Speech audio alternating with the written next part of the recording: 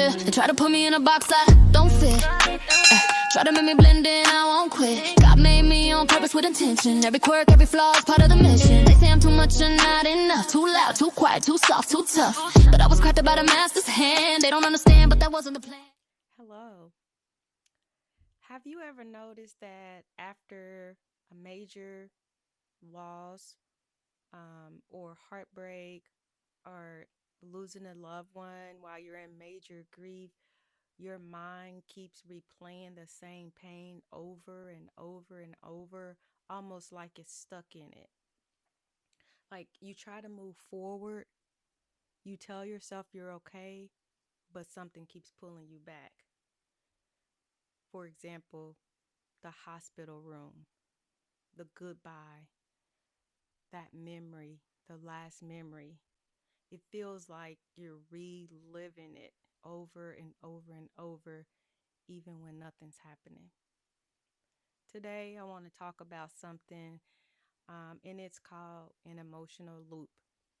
I did take some notes because I've been like studying this, and I'm actually going to do a series on it, and I'm actually going to take my time on it because I feel like this can help a lot of people that may be going through major grief, that have had multiple deaths back to back to back, like we have in our family, or somebody who had major heartbreak or just a loss, whatever that loss is. So I'm not going to rush through it. Typically, I try to do 10 minutes. Hopefully, I'm shooting for 10 minutes, but if it goes a little bit longer, I really want to get you this information, and I took notes, so I'll be kind of looking down just to make sure I get everything to you. Welcome. In case you're new here, I'm Coach Melinda, and this is where faith, healing, and wellness all come together. So, with what we were talking about as far as the loop, if you've ever stepped, if you've ever felt stuck after like trauma, grief, heartbreak, this conversation is for you. So, let's talk about it. What is an emotional loop?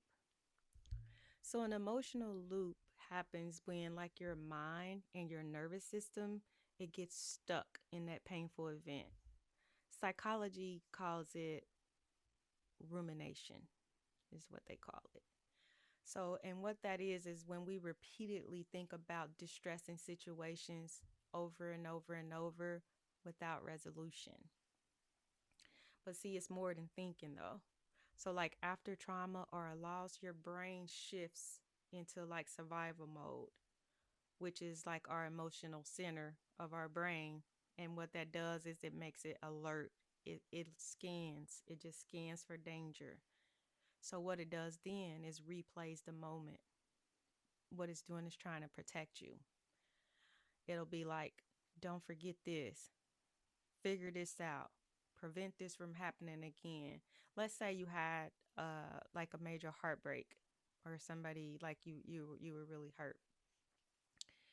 Your brain is saying, don't forget that this happened, and you'll I'm never gonna let this happen again. So then you just start putting up all kind of walls because you know the pain, and every time like you're just like saying, this is not gonna happen to me again. I'm gonna protect myself. I'm gonna do A, B, C, D, and E, and I'm gonna remember what they did because I remember I was this, and they did this, and that. So it's like a memory that you're keeping. But what happens is that you think it's protecting you, but what it's doing is trapping you. Like because you can't get out. That's why it's called a loop, because your mind is like replaying it like a movie. It's kind of like that hamster on a hamster wheel, like it's going around and around and around, and it's like you're trapped. Like you can't get out of it. Um And so let's talk about what an emotional loop looks like, because that's what it is. So, emotional loop, it can look like these things. Replaying conversations. So, for example, like let's say you lost a loved one, and now you're just replaying every single conversation that you can remember, or you're thinking, I could have did this, or I wish I would have did this, and that I felt that sign and they told me to do this. Why didn't I do this? And I should have, just been 2 minutes earlier, or they should have just stayed in my house. I tried to help them, like whatever that what if, or replaying conversations. Also, reliving hospital rooms.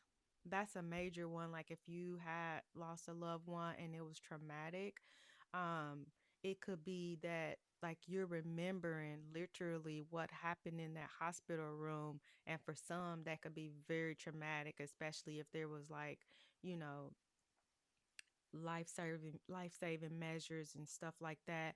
And if somebody has never seen that, nobody wants to remember like their loved one like that, so that could be very traumatic.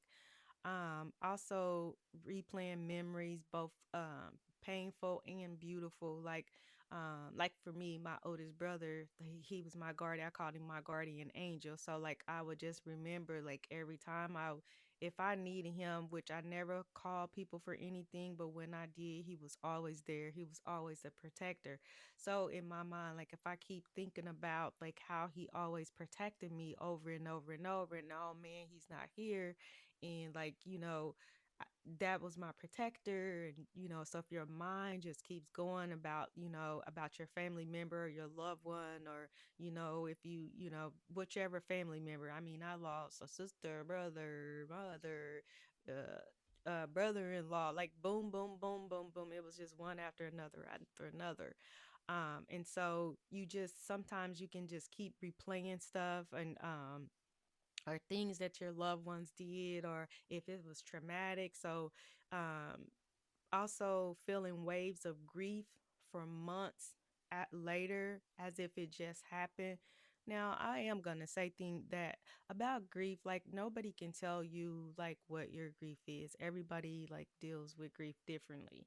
I'm an internal, like I internalize everything, which is not good either, cuz everybody needs somebody, but everybody deals with grief on in their own way. And for each person, the time frame may be different. So I can't tell you how long to grieve, no more than you could tell me how long to grieve, no more than we could tell the next person. But I'm just here to tell you like what an emotional loop looks like in the event you feel yourself exhibiting some of these things that I'm explaining. Also, you may look for a functional on the outside, but internally you feel stuck in the past.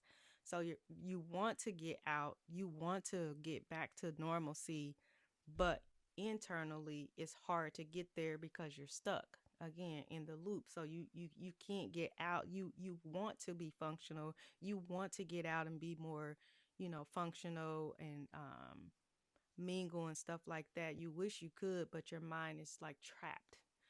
Um, you could be praying, you could be journaling, you can even try to move on, and even not just with grief, but like heartbreak or a loss. Like you may just journal, like, the good times, or you may reminisce on, we had so much fun, or you may remember, oh, when we first met this or that. Again, you're just in that loop. You're not moving into the present. You're still in the past. And with that, you still feel stuck. You're trapped because, again, your mind is still going in that circle, that vicious cycle. Um, but I do want you to know, like, it doesn't mean that you lack faith or anything like that. It does not mean that. It means your nervous system has not settled yet back to your baseline. And so I already kind of told you a little bit about my personal experience, like with losing so many family members back to back to back. For me personally, like I didn't have time to grieve one because we had another one and another one and another one and another one. So it's like after all those, like you don't have tears, you don't have anything. And then I still went to work. People never even knew. I remember going, like after my sister passed, I went to work. I mean, I took some days off, but not that many. Went to work, and then people didn't even know what I was dealing with. I come back to work and it's all kind of crap, and they were all kind of messy stuff, had my name and all kind of stuff. And wasn't even at work. Like it was other people that was there, but they never even knew what I was already dealing with because I just kept moving on the outside, but on the inside, like it's just like replaying like all these deaths and stuff. But that my sister's was the tipping point. That one started it, and then it was another one and another one and another one and another one. And so, sorry, hopefully that's back and sounding coming there. I didn't mean that. So and I told you before I could process one loss, it was another one. We got another call and another call and another call. Another hospital room, another goodbye. So it was like boom, boom, boom. And for me, I'm a nurse, so I process things differently, and I would be the one that people call about, the medical things and stuff like that. So I could understand what's happening, which kind of can be bad too because you already know like what's happening, but at the same time, all family members want their family there, so you don't want to like take hope away, but at the same time, you kind of know. So, um, but I do remember thinking that I don't even have time to feel this. It's one after another. Like it's like you don't even after a while, like you don't even have tears because it's so many. So what I did was I stayed strong. But what I didn't do was lean on my support system. Like my friends, um, are writers. Like I'm have the best friends ever, ever. If I say the word, they're all there. And so I just kind of internalized it for a long time, actually, like a long time. And I didn't really talk that much about it. I did, but I didn't. Like they knew, like my close friends knew that I had, death after death after death, but um they didn't know that I just kind of stayed to myself, which is that's how I am. I kind of internalize things. And I didn't lean into like my spiritual community, which is my friends. Like they're all my spiritual community. And I actually have a prayer partner too. Now she knew and she was praying for me because like we're prayer partners. And so we're kind of in tune with each other. But still it's easier said than done like when you're dealing with it. That's why I said to you like I can't tell you how long about your grief, but I just want you to be aware that this can happen. Like going into the loop, and don't be like me. Like I was just dealing with it myself, and it took a long time. So I just want to make you aware that this can happen. Um, I thought strength meant handling it privately because I'm a strong person, so I deal with a lot privately. But internally, again, your mind just kind of gets stuck. And I would replay stuff over and over, like especially with my brother, because we have fun and like he like trusted me with a lot of stuff, and I just remember the conversations that like never went anywhere, just like all kind of stuff. And then my sister, like all the it's just one thing after another. Then my brother-in-law, like the cakes that he made, and then my mom that raised me, like that was my aunt that raised me. So it's just like boom, boom, boom, boom, boom. And then you think about the last conversations, the memories, and luckily for me, I was blessed that I didn't have any bad memories or anything like that because I was at peace with my siblings. But still, like it happens, like you still it's still a loss. You think about the funny moments, the jokes, the holidays, simple things that's ordinary at the time, but then later it feels sacred, which is why I honestly live my life every day like it's my last, because you just never know. So I that's why I always try to um we reap what we sow. I'm a firm believer of that. So I always try to sow good. That's why I do that, because you just never know. Like you don't know who you're entertaining next to you. It could be an angel, anything. You just don't never know. And so that was pretty much that. But I was grateful, like I said, that I was in a good place with them. I know there's people like when they lose family members and stuff like that, they wish they would have did this or that, but that in my case I was grateful that I was at a good place. Now if it was heartbreak or something like that, if you're listening and you are having a major heartbreak, and it's still a grief, it's still a form of grief. The same things can apply, like reliving everything, thinking about, how it used to be, how did it turn around differently, why did they do that. Then, hopefully you're not internalizing something to where it's like, what could I have done wrong. And obviously in every relationship, it's two people, right? So none of us are perfect, but I don't want you to beat yourself up saying, if I would have did this, or if I would have did that, because again, it's keeping you in that loop, and you have to kind of try to move past the loop. And I know it still hurts. I'm not minimizing that at all. I do get that, but I'm just trying to walk you through, like, a little, like, push you a little bit forward to help you.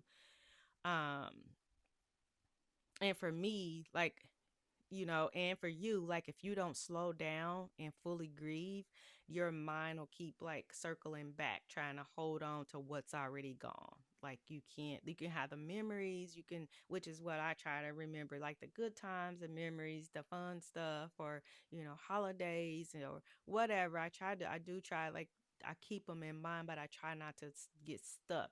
And if you had like a heartbreak and you're on that side of it, then you could be circling back around to the holidays. Like, last year we did this, and oh, I'm not going to be able to do this with them or that. This was, I remember these times. Like, and then next thing you know, you're staying home because it hurt too bad, because you remember what happened when you were in that relationship. And so again, that's looping. Um, and just know, the more you keep inside, the more it loops. So, like, if you had a death that was traumatic, or your family member and you're missing them, the more you internalize it, the more you loop. And also, it could turn into anger, resentment, and all that. So, that's why I really wanted to talk to you guys about this. And just know also, um, isolation feeds it, because you don't have any outlet. Like, you lay there, and it just compounds, because where is it going, like, you're internalizing it. So all of that, all those emotions and stuff like that, it just compounds it. And healing, just know, healing requires like connection. You have to be able to like talk it out with somebody. If you have a close friend, a confidant that you like trust, community, like church community, a group of friends that you trust. But you have to be able to talk it out, and you have to kind of use your community or your resources. I do have a scripture. You guys know I always tie scripture to everything. Isaiah 26:3 says, "You will keep in perfect peace those who mind, though, I'm sorry, hold on. You will keep in perfect peace those whose minds are steadfast, because they trust in you." So, see, peace isn't automatic, it's connected to where our mind is resting. So if your mind is always going, going, going, then it's not peaceful, because it's going, going, going. So it's connected. Your peace is connected to where our mind is. Have you ever heard of that saying, like, where they say, whatever you focus on expands? So if you focus on the pain that the heartbreak caused, if you focus on all the pain that I'm in today, like if you say, I'm in all this pain today, that's going to expand. Versus if you focus on, okay, I need to work toward getting some peace. I need to try to get back to some kind of normalcy. What can I do? What's one step that I could do? Then that kind of will help you. At least it starts with your mind, and then from there you can try to move forward. Um, also, when your mind is stuck in the past, peace feels so far away. Like me, I'm a peaceful person. I love peace. I always say I am peace, because I love peace. And so for me to feel like off, if it made me feel off, because I'm a peaceful person and I like calm and peace.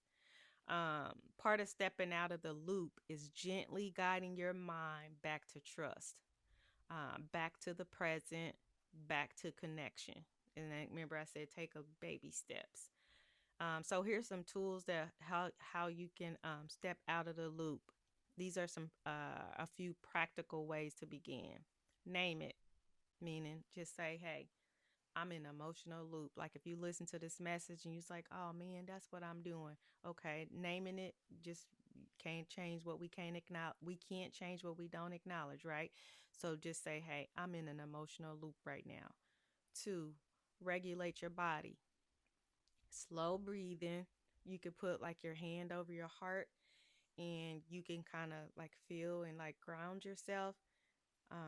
Just feel your breathing. You can feel it when you get worked up. You can also feel it like when it calms down. Three, allow the grief. Remember, I said, it's okay to feel it, that you're human. Don't suppress it. Let yourself feel it in safe spaces. Keyword safe spaces. Four, lean on safe people. Healing was never meant to happen alone. That's the thing that so many people, like when they get those who don't reach out, you kind of get trapped in your mind and trapped. And then people sometimes do vices like drinking, smoking, sexual activity, drugs. Like that's the vice. Like you're just numbing what's still there. Like once all that's gone, you're still in pain. Five, you can invite God into the pain, not just the outcome. Trust doesn't mean pretending you're not hurting. Just acknowledge it. You know what? I'm having a hard day. This is some pain. Um, so healing isn't pretending it didn't hurt. It's learning how to carry it different. Okay. So in closing, like if you've been stuck in an emotional loop, I want you to hear this though. I really want you to hear this. Hear me, please. You are not weak. You are not broken. Okay? I'm going to say it again. You are not weak. You are not broken. Okay? Your brain was just trying to protect you. But protection without healing becomes like a prison, like you're stuck. And so, what I want you to know is you deserve peace. You really do. You deserve some rest and some peace. And that concludes this video, but this is the first video in my faith healing and emotional wellness series. I wanted to do a series. And that's what we're in this series. We're going to kind of unpack how to deal with things and heal emotionally and spiritually after trauma and loss. Um, so I hope this message spoke to you. If it did, please like, subscribe, share it to someone that may need it.